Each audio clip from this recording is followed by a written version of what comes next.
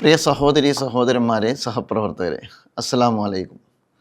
പ്രവാചകൻ നബി തിരുമേനി സല്ലല്ലാഹു അലൈഹി വസല്ലമയെക്കുറിച്ച് ഏറെ ചർച്ച ചെയ്യപ്പെടുന്ന ഒരു സന്ദർഭമാണിത്.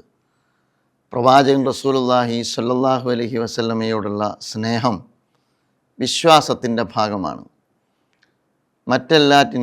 മറ്റെല്ലാവരേക്കാളും അള്ളാഹുവിനെയും അവൻ്റെ പ്രവാചകൻ റസൂലുള്ളാഹി സല്ലല്ലാഹു അലൈഹി വസല്ലമയെയും സ്നേഹിക്കുന്നതിലൂടെയാണ് നമ്മുടെ വിശ്വാസം പൂർണ്ണമാകുന്നത്. പ്രവാചക സ്നേഹം എന്ന് പറയുന്നത് പ്രവാചക തിരുചര്യയെ ജീവിതത്തിൻ്റെ ഭാഗമാക്കുക എന്നതുകൂടിയാണ്. വിശുദ്ധ ഖുർആൻ നമ്മെ പഠിപ്പിക്കുന്നുണ്ടല്ലോ, ഖുൽ ഇൻ കുൻതും തുഹിബ്ബൂനല്ലാഹ ഫത്തബിഊനി യുഹ്ബിബുക്കുമുല്ലാഹ്. നിങ്ങൾ അള്ളാഹുവിനെ സ്നേഹിക്കുന്നുവെങ്കിൽ എന്നെ പിൻപറ്റുക എന്ന് പ്രവാചകൻ റസൂലുള്ളാഹി സ്വല്ലല്ലാഹു അലൈഹി വസല്ലം വിശുദ്ധ ഖുർആനിലൂടെ നമ്മെ പഠിപ്പിക്കുന്നുണ്ട്. പ്രവാചക തിരുചര്യയുമായി ബന്ധപ്പെട്ട് പ്രവാചക തിരുചര്യയിൽ നിർബന്ധമായ ധാരാളം കാര്യങ്ങളുണ്ട്. അതോടൊപ്പം തന്നെ സുന്നത്തായ കാര്യങ്ങളുണ്ട്, ഐച്ഛികമായ കാര്യങ്ങളുണ്ട്. നാം പലപ്പോഴും ലാഘവത്വം വെച്ച് പുലർത്താറുള്ളത് ഐച്ഛികമായ കാര്യങ്ങളിലാണ്. സുന്നത്തിൻ്റെ കർമ്മശാസ്ത്രപരമായ പരിമിതിക്കകത്ത് നിന്നുകൊണ്ടാണ് ചിലപ്പോഴെങ്കിലും നാം അതിനെ മനസ്സിലാക്കാറുള്ളത്. എടുത്താൽ കൂലി കിട്ടുന്നതും ഒഴിവാക്കിയാൽ കുഴപ്പമില്ലാത്തതും, അപ്പോൾ എടുക്കേണ്ടതില്ലല്ലോ എന്ന ലാഘവത്വം പലപ്പോഴും പ്രവാചക തിരുചര്യയിലെ തന്നെ നവാഫിലുകളുമായി ബന്ധപ്പെട്ട് സംഭവിക്കാറുണ്ട്. അള്ളാഹു സുബ്ഹാനഹു വ തആല ഖുദ്സിയായ ഒരു ഹദീസിലൂടെ പറയുന്നുണ്ട്, എൻ്റെ ദാസൻ എന്നോട് അടുപ്പം കാണിക്കുന്നിടത്ത് നിർവഹിക്കുന്ന ഏറ്റവും പ്രധാനപ്പെട്ട കാര്യം നിർബന്ധ കാര്യങ്ങൾ നിർവഹിക്കുക എന്നുള്ളതാണ്. പിന്നീട് ആ അടുപ്പം നിലനിർത്തുന്നത് നവാഫിലുകളിലൂടെയാണ്. വമാ യസാലു അബ്ദി തഖറബു ഇലയ്യ ബിൻ നവാഫിൽ എന്ന് അല്ലാഹു സുബ്ഹാനഹു വ തആല പറയുന്നുണ്ട്. എൻ്റെ അടിമ അല്ലെങ്കിൽ എൻ്റെ ദാസൻ എന്നോട് ഏറ്റവും കൂടുതൽ അടുപ്പം നിലനിർത്തുന്നത് നവാഫിലുകളിലൂടെയാണ് എന്ന്.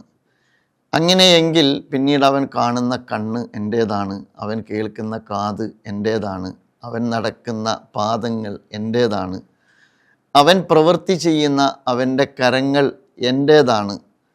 മാത്രമല്ല അല്ലാഹു സുബ്ഹാനഹു വ തആല പറയുന്നുണ്ട്, അവൻ ചോദിച്ചാൽ ഞാൻ ഉത്തരം നൽകും, അവൻ അഭയം തേടിയാൽ ഞാൻ അഭയം നൽകും.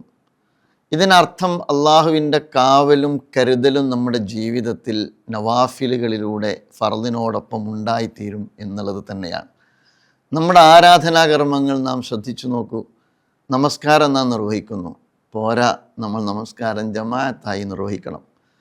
അതോടൊപ്പം തന്നെ സുന്നത്ത് നമസ്കാരങ്ങൾ നിർവഹിക്കണം, സുന്നത്ത് നോമ്പുകൾ അനുഷ്ഠിക്കണം.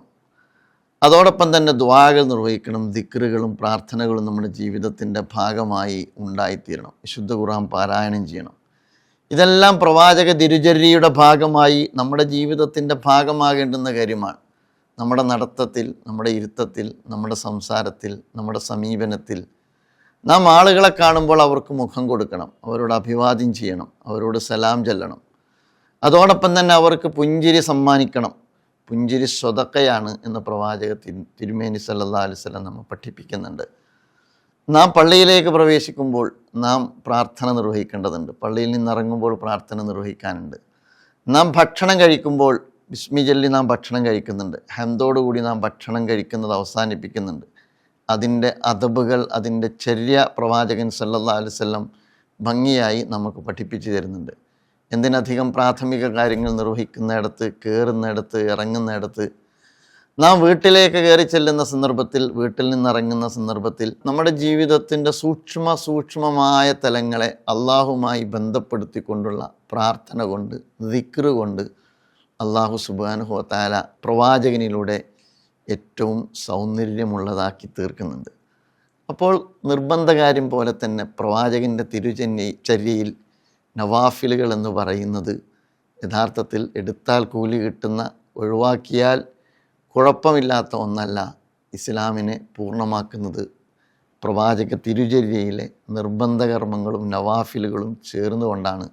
അതുകൊണ്ട് മുഴു ജീവിതത്തെയും പ്രവാചക തിരുചര്യയെ മുൻനിർത്തിക്കൊണ്ട് പരിഷ്കരിക്കാനുള്ള, സംസ്കരിക്കാനുള്ള, സമുദ്ധരിക്കാനുള്ള, അങ്ങനെ സ്വന്തം ജീവിതത്തെ, ഇസ്ലാമിക ജീവിതത്തെ ഏറ്റവും സൗന്ദര്യമുള്ളതാക്കാനുള്ള, അതിനെ പൂർണ്ണമാക്കാനുള്ള സന്ദർഭമാകട്ടെ ഇത്. അള്ളാഹു നമ്മെ എല്ലാവരെയും അനുഗ്രഹിക്കട്ടെ. അസ്സലാമു അലൈക്കും.